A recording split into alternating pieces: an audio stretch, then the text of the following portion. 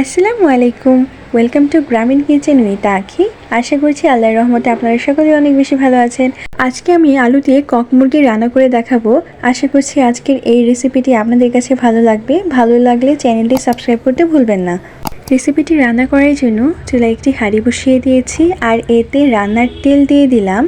তেল গরম হয়ে আসলে কিছু এলাচ ও দারুচিনি দিয়ে দিলাম। এলাচ আর দারুচিনিটা আমি প্রায় 30 সেকেন্ডের মতো ভেজে নেব। দারুচিনি ও এলাচ হালকা ভাজা হয়ে এসেছে। এ পর্যায়ে 1 কাপ পরিমাণ পেঁয়াজ কুচি দিয়ে দিলাম। নেড়ে চেড়ে পেঁয়াজটা হালকা ভেজে নেব। ভাজার এ পর্যায়ে 3টা তেজপাতা দিয়ে দিলাম। এবার নেড়ে চেড়ে পেঁয়াজটা হালকা ব্রাউন কালার করে ভেজে নেব। পেঁয়াজ হালকা ভাজা হয়ে এসেছে। এই পর্যায়ে মশলা কষানোর জন্য অল্প একটু পানি দিয়ে দিলাম আর এতে 1.5 চা চামচ পরিমাণ আদা রসুন বাটা দিয়ে দিলাম। 1 চা চামচ পরিমাণ হলুদের গুঁড়া দিয়ে দিলাম। 1.5 চা চামচ পরিমাণ মরিচের গুঁড়া দিয়ে দিলাম। ঝাল যে যেমন পছন্দ করেন সে অনুযায়ী দিয়ে নেবেন। 1 চা চামচ পরিমাণ জিরা গুঁড়া দিয়ে দিলাম। 1 চা চামচ পরিমাণ ধনিয়া গুঁড়া দিয়ে দিলাম।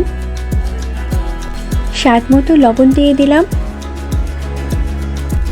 সবগুলো উপকরণ দেওয়া হয়ে গেলে নেড়ে চেড়ে মশলাটা কিছুক্ষণ ভেজে নেব।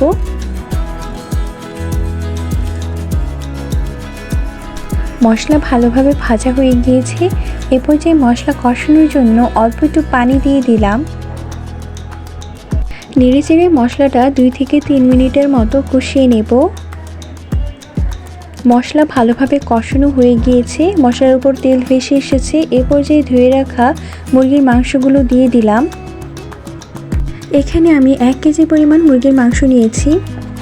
এবার নেড়ে চেড়ে মশলার সাথে মুরগির মাংসটা ভালোভাবে মিশিয়ে নেব। ভালোভাবে মেশাতে হবে যাতে মশলা মুরগির মাংসের সাথে ভালোভাবে মিশে যায়। মশলা ভালোভাবে মেশানো হয়ে গিয়েছে। এ পর্যায়ে ঢাকনা দিয়ে ঢেকে চুলার মিডিয়ামে রেখে মুরগির মাংসটা 4 মিনিটের মতো কষিয়ে নেব। ফিরে এলাম 4 মিনিট পর। এ পর্যায়ে মুরগির মাংসটা ভালোভাবে নেড়ে চেড়ে দিতে হবে।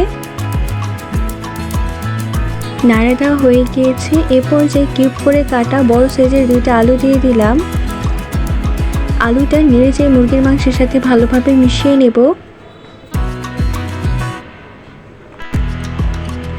আলু মুরগির মাংসের সাথে ভালোভাবে মেশানো হয়ে গিয়েছে। এ পর্যায়ে ঢাকনা দিয়ে ঢেকে আবারও 2 থেকে 3 মিনিটের মতো কষিয়ে নেব। ফিরে এলাম 2 থেকে 3 মিনিট পর। মুরগির মাংস ভালোভাবে কষানো হয়ে গিয়েছে।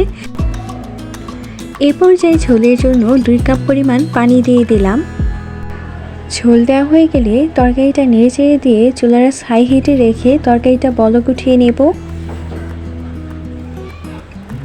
তরকারি বলক উঠে গিয়েছে। এ পর্যায়ে ঢাকনা দিয়ে ঢেকে দিব 15 মিনিটের জন্য। ফিরে এলাম 15 মিনিট পর। এ পর্যায়ে 4 থেকে 5টা কাঁচামরিচ দিয়ে দিলাম। কাঁচামরিচ দেওয়া হয়ে গেলে তরকারিটা হালকা নেড়ে ছেড়ে দেব। তরকারি নাড়া দেওয়া হয়ে গেলে আবারও ঢাকনা দিয়ে ঢেকে দেব 2 মিনিটের জন্য। যারা আমার চ্যানেলে নতুন তারা অবশ্যই আমার চ্যানেলটা সাবস্ক্রাইব করে রাখবেন। ফিরে এলাম 2 মিনিট পর। তরকারি রান্না হয়ে গিয়েছে। এ পর্যায়ে তরকারিটা নামিয়ে নেব। আশা করছি আজকের এই রেসিপি আপনাদের কাছে ভালো লেগেছে। আপনাদের দেখার সুবিধার্থে আমি তরকারিটা পরিবেশন করে দেখাচ্ছি। দেখতেই পাচ্ছেন তরকারি কালারটা কতটা সুন্দর হয়েছে আর খেতেও দারুণ হয়েছে। বাসায় একবার হলো এভাবে কক মুরগি রান্না করে দেখবেন। আশা করছি ভালো লাগবে। আজকের এই রেসিপিটি যদি ভালো লেগে থাকে তাহলে আমার চ্যানেলটা সাবস্ক্রাইব করে লাইক কমেন্ট শেয়ার করতে ভুলবেন না।